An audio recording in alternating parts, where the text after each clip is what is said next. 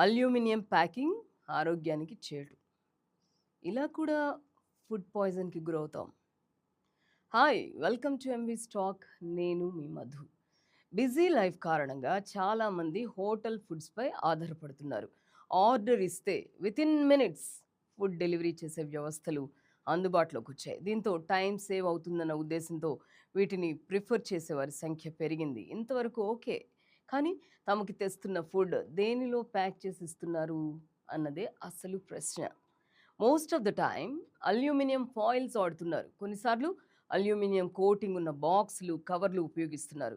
ఇవి చూడడానికి చాలా అట్రాక్టివ్‌గా, నీట్‌గా కనిపిస్తాయి. కానీ ఇవే అత్యంత డేంజర్ అని పరిశోధనలో తేలింది. ఫుడ్ స్టోరేజ్ కోసం, ఫుడ్ పార్సెల్స్ కోసం అల్యూమినియం ఫాయిల్స్ లేదా కవర్లు వాడినప్పుడు ఆహార పదార్థాల్లో ఉండే సాల్ట్‌తో కెమికల్ రియాక్షన్ జరుగుతుందట.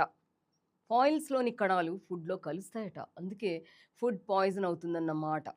వేడి పదార్థాలతో ప్యాక్ చేసినప్పుడు ఈ ప్రమాదం మరింత ఎక్కువగా ఉంటుందట. అల్యూమినియం కణాలు జీర్ణకోశంలోకి చేరితే అవి డైజెస్ట్ కావట. వీటిని ఫిల్టర్ చేసే శక్తి కిడ్నీలకు సైతం లేదట.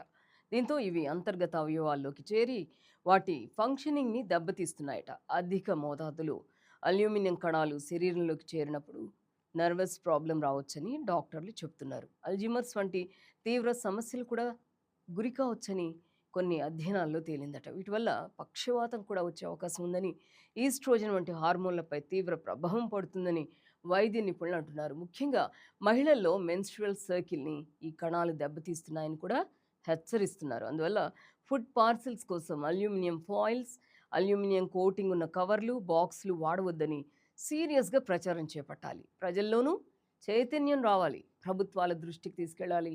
పాలసీ పరమైన నిర్ణయం తీసుకునే వరకు మన వాయిస్‌ని గట్టిగా వినిపించాలి. ఓకేనా? This is Madhu signing off. Keep watching MV stock.